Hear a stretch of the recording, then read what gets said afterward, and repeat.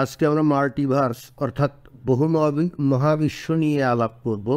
আমরা কিন্তু এতদিন ধরে বিশ্বাস করতাম যে আমরা যে মহাবিশ্বে বসবাস করি এই মহাবিশ্ব ছাড়া অন্য কোনো মহাবিশ্ব নাই।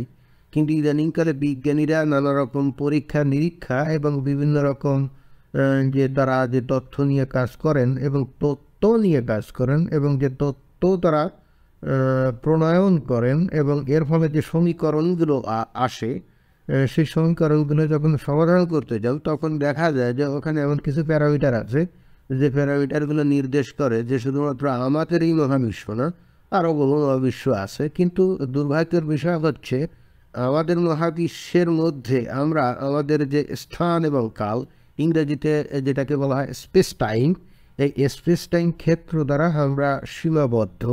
যে কারণে হচ্ছে কি আমাদের মহাবিশ্বের বাইরে অন্য কোনো মহাবিশ্ব যদি থেকেও থাকে সেটা কিন্তু আমরা পর্যবেক্ষণ করতে পারি না, এটা সম্ভব না। কারণ আমাদের পর্যবেক্ষণ ক্ষমতাটা আমাদের স্থান কালের মধ্যেই সীমাবদ্ধ। এইটা বাইরের কোনো স্থান কালকে আমরা নির্ণয় করতে পারি না। এটা অনেকটা এরকম যে একটা কূপের মধ্যে একটা ব্যাঙ আছে, ওই ব্যাঙটা ওই কূপের চতুর্দিকে দেখতে পারে ওই কূপের গভীরতা কত অথবা তার আকার কত, আয়তন কত, উচ্চতা কত, এইগুলো সে বাইর করতে পারে। কিন্তু এর বাইরে যে বিশাল বিশাল সাগর মহাসাগর আছে, যেহেতু সেগুলো তার আয়ত্তের বাইরে অর্থাৎ তার ক্ষেত্রের বাইরে, সুতরাং ওই কূপের মধ্যে বসে ওই ব্যাঙের পক্ষে সম্ভব না ওই সাগর এবং মহাসাগরের পরিমাপ করা। তো এটা এটা একটা ব্যাপার। তো এখন আমরা এই বিগ ব্যাংয়ের বিষয়টা একটু সর্বপ্রথম দেখি যে বিগ ব্যাং, এই যে বিগ ব্যাং যে আমরা এই চিত্রটা দেখলাম, এখন এই যে চিত্রটা দেখার পরে এই যে বিগ ব্যাং হওয়ার পরে যে পদার্থগুলো বেরোলো তা থেকে যে বিভিন্ন গ্যালাক্সি নক্ষত্র তৈরি হলো, তৈরি হয়ে মোটামুটি আমাদের এই যে মহাবিশ্বটা আমরা দেখলাম, মানে দৃশ্যমান হলো। এখন যদি আমরা কল্পনা করি এই যে আমাদের এই যে ক্ষেত্রটা যেটা একেবারে কালো, যেখানে অন্য কিছুই নেই, এটা হলো স্থান, অর্থাৎ যখন মহাবিশ্ব সৃষ্টি হয়নি, বিগ ব্যাংয়ের আগের অবস্থা।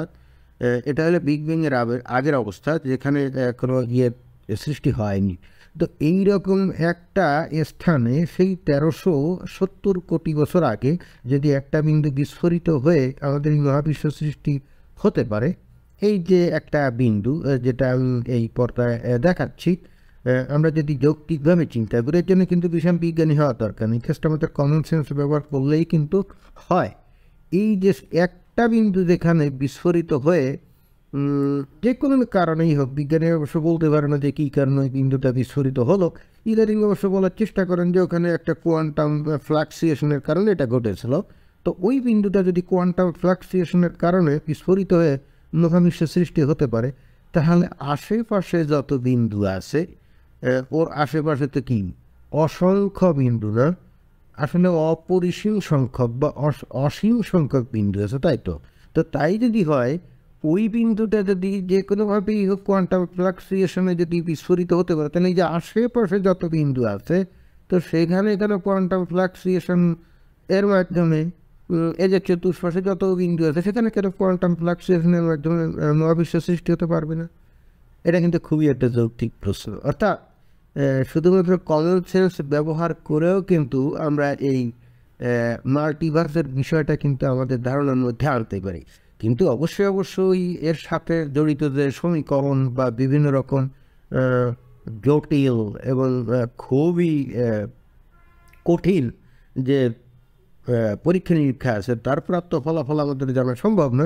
কিন্তু আমাদের একেবারে কমন সেন্স ইউজ করেও কিন্তু আমরা কিন্তু বুঝতে পারি যে একটা শূন্য ক্ষেত্র অর্থাৎ যে ক্ষেত্র অর্থাৎ যে স্পেস, যেখানে অতীতে কোনো মহাবিশ্ব ছিল না, তো একটা বিন্দু থেকে 1370 কোটি বছর আগে যদি একটা মহাবিশ্ব সৃষ্টি হয় বিস্ফোরণের মাধ্যমে, যেটাকে আমরা বলি তথাকথিত বিগ ব্যাং তত্ত্ব, তাহলে অন্য বিন্দুগুলো ও তো বিস্ফোরিত হতে পারে, স্বাভাবিক, হতেই পারে। কিন্তু হয়েছে কিনা সেটা আমাদের পক্ষে হয়তো জানা সম্ভব না, কিন্তু যৌক্তিকভাবে এটা তো চিন্তা করাই যেতে পারে যে অন্য বিন্দুগুলো বিস্ফোরিত হয়ে হয়তো মহাবিশ্ব সৃষ্টি হয়েছে। তো এরপরে আমরা এক কাল্পনিক একটা চিত্র আমরা দেখব যেখানে অনেকগুলো মহাবিশ্ব আছে এবং কেন আমাদের মহাবিশ্ব থেকে সেগুলাকে আসলে পর্যবেক্ষণ করা যায় না, এই বিষয়। তো এই যে আমরা একটা কাল্পনিক চিত্র দেখছি, যদিও এটা কম্পিউটারে সিমুলেশনের মাধ্যমে তৈরি, অবশ্যই এগুলো বাস্তব ছবি না। এখানে যে বলের মতো যেগুলো দেখা যাচ্ছে এইটা কিন্তু না, কোনো গ্যালাক্সি না, এগুলো হলে এক একটা কাল্পনিক মহাবিশ্ব।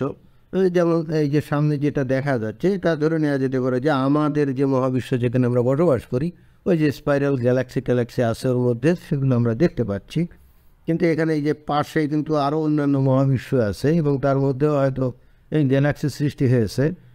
আদৌ কিন্তু আমরা জানি না যে সেখানে কোনো গ্যালাক্সি সৃষ্টি হয়েছে কিনা। এখানে একটা জিনিসটা খেয়াল করতে হবে যে বিগ ব্যাংয়ের সময় শক্তি যখন পদার্থে রূপান্তরিত হচ্ছিল, অর্থাৎ কণিকাতে রূপান্তরিত হচ্ছিল, যে আদি কণিকা যেমন কোয়ার্ক এবং ইলেকট্রন, পরবর্তীতে কোয়ার্ক গুলো কী হলো, নিউট্রন এবং প্রোটনে পরিণত হলো, এবং পরবর্তীতে এই নিউট্রন প্রোটন এগুলো মিলে ওই যে হাইড্রোজেন পরমাণু তৈরি হলো। এই যে বিষয়গুলো আমরা অলরেডি জানি।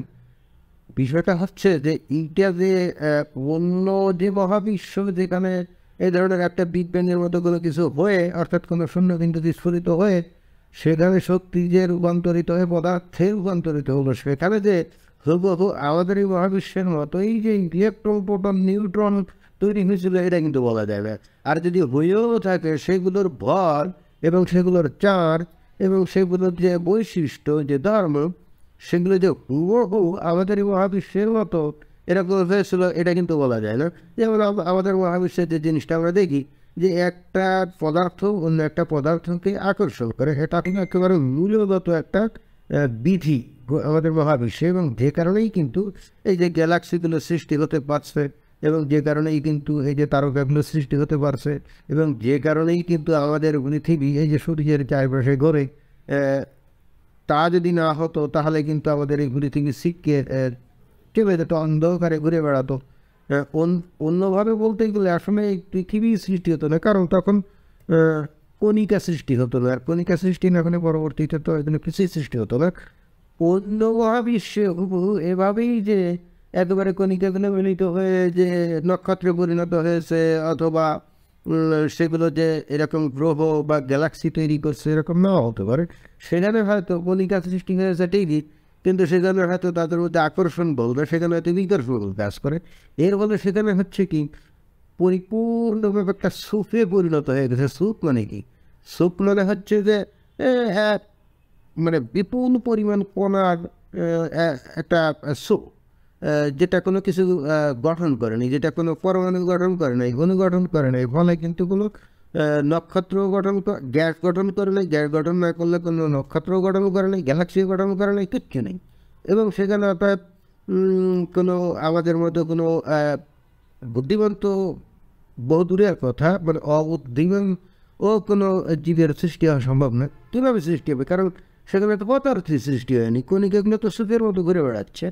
বা অন্যান্য মহাবিশ্ব অন্য ধরনের বিধিবিধান হতে পারে, অর্থাৎ হুবহু আমাদের এই মহাবিশ্বের বিধিবিধানের মতোই যে ভৌত বিধিগুলো অন্য মহাবিশ্বের সৃষ্টি হয়েছে, তা নাও হতে পারে। সোজা কথা হচ্ছে we don't know, because we don't have the ability to observe those multiverses. আমাদের তো ওই মহাবিশ্বগুলো তো পর্যবেক্ষণ করার তো আমাদের ক্ষমতা নাই। আমরা তো আমাদের স্থানকালের সীমা ভেদ করে সেখানে যেতে পারি না।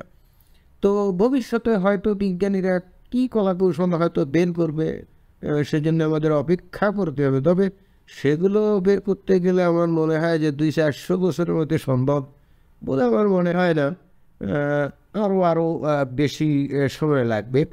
তো আমরা অপেক্ষা করি। তো এটাই ছিল বস্তুত মাল্টিভার্সের বিষয়।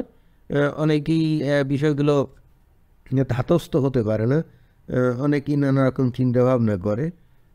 তো যাই হোক, বস্তুত এটাই ছিল মাল্টিভার্সের মূল বিষয়। তো আশা করি যারা শুনবেন তারা বুঝতে পারলেন। ধন্যবাদ সবাইকে।